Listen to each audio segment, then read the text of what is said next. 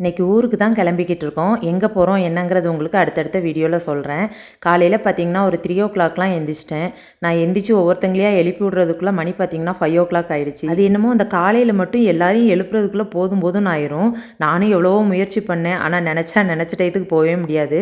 ஆனால் லக்கேஜ் எல்லாம் பார்த்திங்கன்னா ஃப்ரெண்ட்ஸ், நான் முந்தின நாள் நைட்டே எல்லாமே எடுத்து வச்சிட்டேன். அதனால் டைம் வந்து கொஞ்சம் அதில் குறைஞ்சிருச்சு. இல்லை அப்படின்னா 5:00 வந்து 6:00 கூட ஆயிரும். எங்கே போனாலும் நம்ம வேலையை நம்ம கரெக்டாக முடிச்சு வச்சுட்டு போனால் தான் வீட்டுக்கு வர போது நம்மளுக்கு திருப்தியாக இருக்கும்.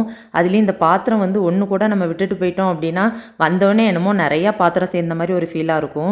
டீ என்னமோ 3 பேர் தான் குடித்தாங்க. ஆனால் பாத்திரம் எவ்வளோ சேர்ந்துருக்கு பாருங்கள் ஃப்ரெண்ட்ஸ். எல்லாமே க்ளீன் பண்ணிட்டு தான் போனேன். ஏன்னா கிச்சன் க்ளீனாக இருந்தால் தான் வந்து நம்ம அடுத்த வேலை செய்கிறதுக்கு ஈஸியாக இருக்கும். நம்ம எப்போவுமே வெளியே போகும்போது ப்ரேயர் பண்ணிட்டு போகிறது ரொம்ப ரொம்ப நல்லது. இது வந்து ஹஸ்பண்டை பார்த்து தான் நான் ஃபாலோ பண்ணுறேன். அவங்க எங்கே போனாலும் வெளியில் ப்ரேயர் பண்ணிட்டு போகணும் அப்படிம்பாங்க. அவங்கள பார்த்து தான் இதை கற்றுக்கிட்டேன். ஒரு வழியாக பசங்களுமே ஒவ்வொருத்தங்களாம் அப்படி கிளம்ப ஆரம்பிச்சிட்டாங்க.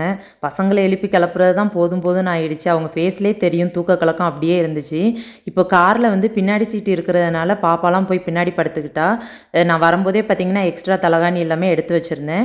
அதனால் அவளுக்கு கொஞ்சம் கம்ஃபர்டபுளாக இருந்துச்சு. போனோடனே அதாவது கொஞ்சம் ஏறினோடனே அவளுக்கு தூக்கம் வர்ற மாதிரி தான் இருந்துச்சு. கொஞ்சம் நேரம் பேசிட்டு அடுத்து போய் தூங்கிட்டா. இதோட பார்ட் 2 வீடியோ அடுத்து வரும். மிஸ் பண்ணாமல் பாருங்கள். வீடியோ பிடிச்சா லைக் பண்ணுங்கள். பாய்.